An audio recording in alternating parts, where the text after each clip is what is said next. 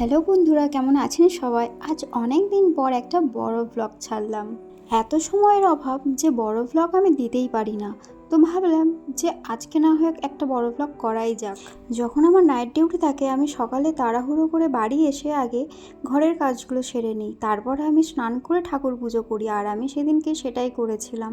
আগের দিন ছিল নাইট ডিউটি, তাই সকালবেলায় বাড়ি এসে আগে স্নান করে ঠাকুর পুজো করে নিয়েছিলাম।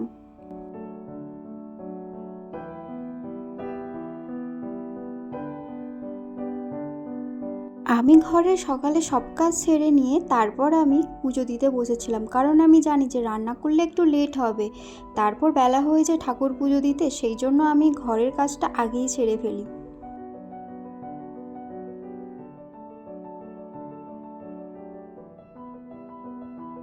আমার অনেক দিন ধরে ইচ্ছা আছে যে কৃষ্ণ তো আছে, এবার একটা রাধা নিয়ে আসবো। এমনিও আমার পাশে রাধা কৃষ্ণ একসঙ্গেই থাকে, কিন্তু সেম একটা রাধাও নিয়ে আসবো। আমার ঠাকুর পুজো করতে বেশ ভালো লাগে আর আমার মনটাও খুব শান্তি লাগে, জানো তো। আমি মাঝের মধ্যেই গীতা পাঠ করি, কিন্তু সব সময় সময়টা হয়ে ওঠে না, কারণ বাইরে কাজ করি, ঘরের সংসারও কাজ থাকে।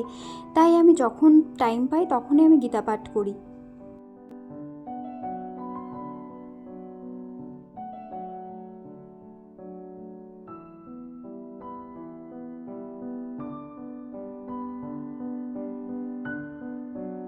আমি এবার থেকে ভেবে নিয়েছি যে মাসে একটা না হোক দুটো হলেও আমি বড় ব্লগ দেব। কারণ হচ্ছে আমি এত কাজের মধ্যে ব্যস্ত হয়ে পড়েছিলাম যে তখন তো দিতে পারিনি, কিন্তু এখন একটু যেহেতু ফ্রি হয়েছি সেই জন্য চেষ্টা করব যে শর্টস তো আমি ছাড়ি, কিন্তু তার মাঝখানেও আমি বড় ব্লগ তোমাদের জন্য নিয়ে আসবো।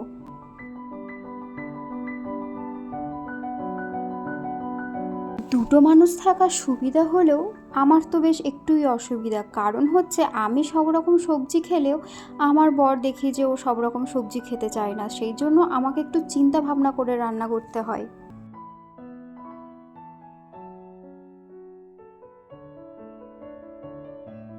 ঠাকুর পুজো করতে করতে আমি ভাতটা আগে চাপিয়ে দিয়েছিলাম, জানি যে আমার ভাত হতে হতে আমার কাজ হয়ে যাবে। জানেন তো বন্ধুরা, সংসার লাইফে আসার পর অনেক কিছু শিখেছি, বুঝেছি। আর এটাও বুঝে গেছি যে সংসার করতে গেলে একটু কষ্ট করতেই হয়, কারণ মাকে তো দেখেছি, অবশ্যই কিছুটা শেখা বড়দের কাছ থেকেও। আর আমি তো সব সময় ভাবতাম যে মা আমাদের জন্য এক তরকারি ভাত করতো, কখনো আবার অনেকগুলো তরকারি করতো, কিন্তু করতো কী করে আমাদেরকে ম্যানেজ করে। কিন্তু এখন দেখি যে এই ম্যানেজটা আমিও করতে শিখে গেছি।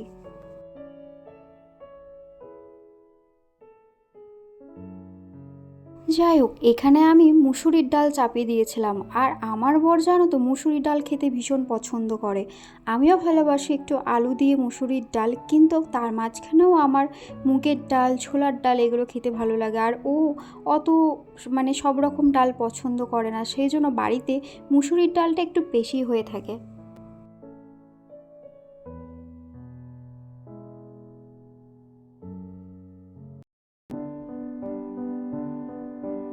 আর এখানে আমি আর একটা সবজি করে নিয়েছিলাম, পোস্ত। আর তার সঙ্গে ভেবেছি যে একটু ডিম ভাজা হলে বেশ ভালোই খেতে লাগে। ডিমটা আমি খুব একটা খাই না, ভাজা খেতে আমার খুব একটা পছন্দ নয়, তবে হাফ বয়েল খেতে সিদ্ধ ডিম খেতে আমার খুব ভালো লাগে।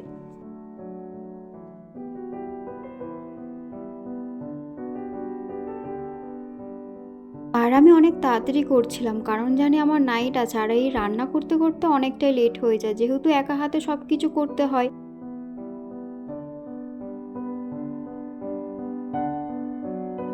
আমি একা যখন থাকি, যখন রান্না করি, আমি এক তরকারি ভাত কখনোই খেতে পারি না। আমি কিছু না কিছু করার একটা চেষ্টা করি যে এর সঙ্গে এটা দিয়ে খেলে বেশ ভালোই হয়। যাই হোক, তোমাদের বাড়িতেও কি এরকম ধরনের রান্না হয়? একা হাতে তোমরাও কি এভাবে ম্যানেজ করো?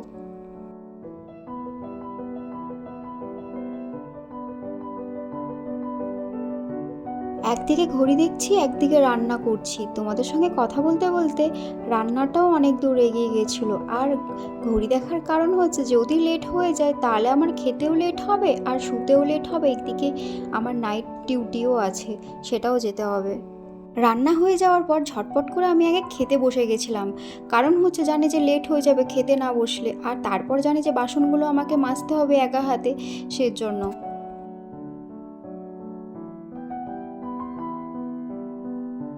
এখানে আমাকে বাসন মাজতে হচ্ছে কারণ আমাদের যে কাকিমা বাসন মাজতে আসে সেদিন আসেনি গো। তো যাই হোক, সেই জন্য ভাবলাম যে বাসনটা মেজেই নিই, ফালতু এতগুলো জিনিস পড়ে থাকলে আবার পরের দিন ডিউটি থেকে এসে এতগুলো বাসন মাজতে খুব কষ্ট হবে। সেই জন্য আমি সঙ্গে সঙ্গে খেয়ে আমার এই বাসন মাজার কাজটা আগে এগিয়ে রেখেছিলাম।